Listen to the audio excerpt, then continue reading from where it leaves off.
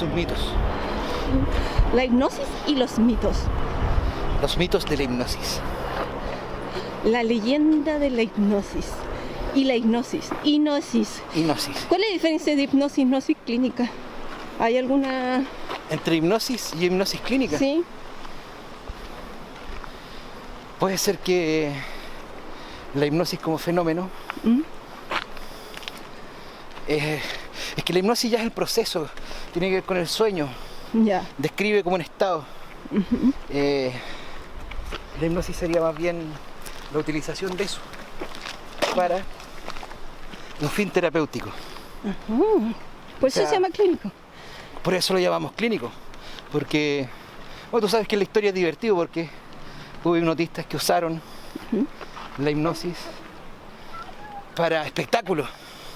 Entre esos Mesmer, se llamaba el mesmerismo. Jugó con pacientes, con personas en estado de trance y se usó como con fines teatrales. Ya.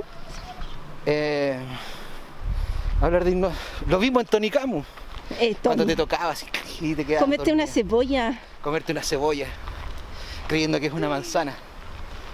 En este caso es usar este estado alterado de conciencia para lograr un fin terapéutico. ¿Cuál es el fin? Desbloquear pensamientos, pautas que tenemos como súper rígidas, que nos impide observar las cosas de otra forma.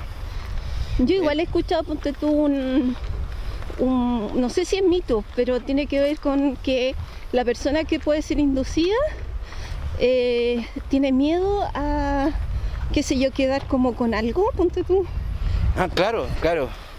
Es que han habido experiencias en donde yo no las conozco mucho, no las he leído, ¿no? Ya. Experiencias donde volver del trance no siempre fue un tránsito tan sencillo como ingresar a trance.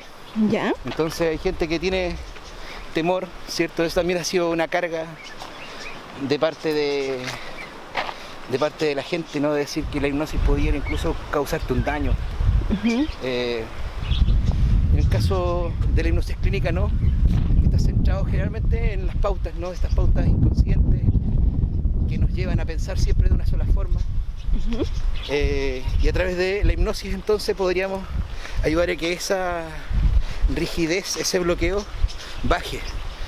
En la terapia sistémica usamos la hipnosis especialmente para poder acceder, ¿cierto?, a un campo de recursos que no están disponibles al consciente, lo decimos. Recursos que son propios, personales, la experiencia, y que nos permitiría también trabajar, ¿cierto?, en un proceso de salud mental con aquellas personas que por alguna razón no logran recuperar o no logran hacerse de sí mismos, de estos recursos que son de ellos. Oye, Rodrigo, ¿qué sabes tú acerca de los mitos de la hipnosis? Sé que hay mucha nebulosa en cuanto al tema. Fíjate que es verdad, o sea, probablemente como muchos de los fenómenos humanos de los que conocemos poco, ¿cierto? La hipnosis también está cargada de mitos. Y ¿Ya? uno de los mitos como más recurrentes, ¿no?, es que no todas las personas pueden ser hipnotizadas. Y ese mito tiene historia, tiene que ver con que Freud, cuando se encontró con la hipnosis, se sorprendió, ¿eh? Y la misma sorpresa probablemente que tuvimos todos los que en algún momento vimos a alguien en estado de trance, ¿cierto?, en estado hipnótico. Y entonces él quiso replicar esta experiencia, ¿ya? Y hay que pensar que Freud estaba en la modernidad, este discurso cientificista, que había que todo estandarizarlo, tener un método. Entonces probablemente, ¿cierto?, en este deseo de estandarizar las formas, los métodos de inducción de trance, entonces empezó a darse cuenta que todas las personas en ese mismo método no lograban hacer trance hipnótico.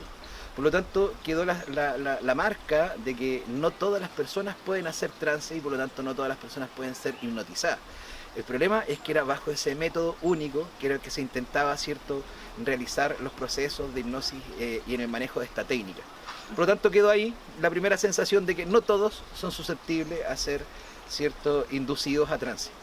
Ya. Y ese sería como el primer mito. Excelente. Eso no lo sabía.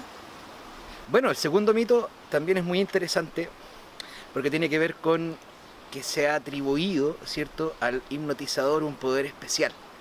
Esta capacidad como media mágica, así donde te hacen cosas para hipnotizarte, ¿cierto? Especialmente porque ha sido alimentado por los medios de comunicación, hemos visto shows de hipnotizadores, también se vio en el siglo XIX, ¿cierto? Siglo XX que se hacía esto. Pero la hipnosis es una técnica y requiere el manejo de la técnica. En ese sentido tenemos dos caminos. O nos quedamos, ¿cierto?, en el mito de creer que el hipnotizador es alguien especial, o nos especializamos o trabajamos en aprender esta técnica de la hipnosis, que es una técnica que podemos usar en la psicoterapia. Ese es el segundo mito. Un tercer mito que acompaña a la hipnosis, que sería como una especie de super técnica que lo puede todo. Y que aquel que la maneja, ¿cierto?, recibiría esta corona de laureles de parte de la magia que tiene la hipnosis. Y cuando hemos hecho las investigaciones, hemos probado que la hipnosis es una técnica más, que por supuesto tiene la efectividad que tienen la mayoría de las técnicas que se usan en terapia. Creer que lo puede todo, ¿cierto?, nos establece en el rango de los mitos y de ignorar de qué se trata este proceso.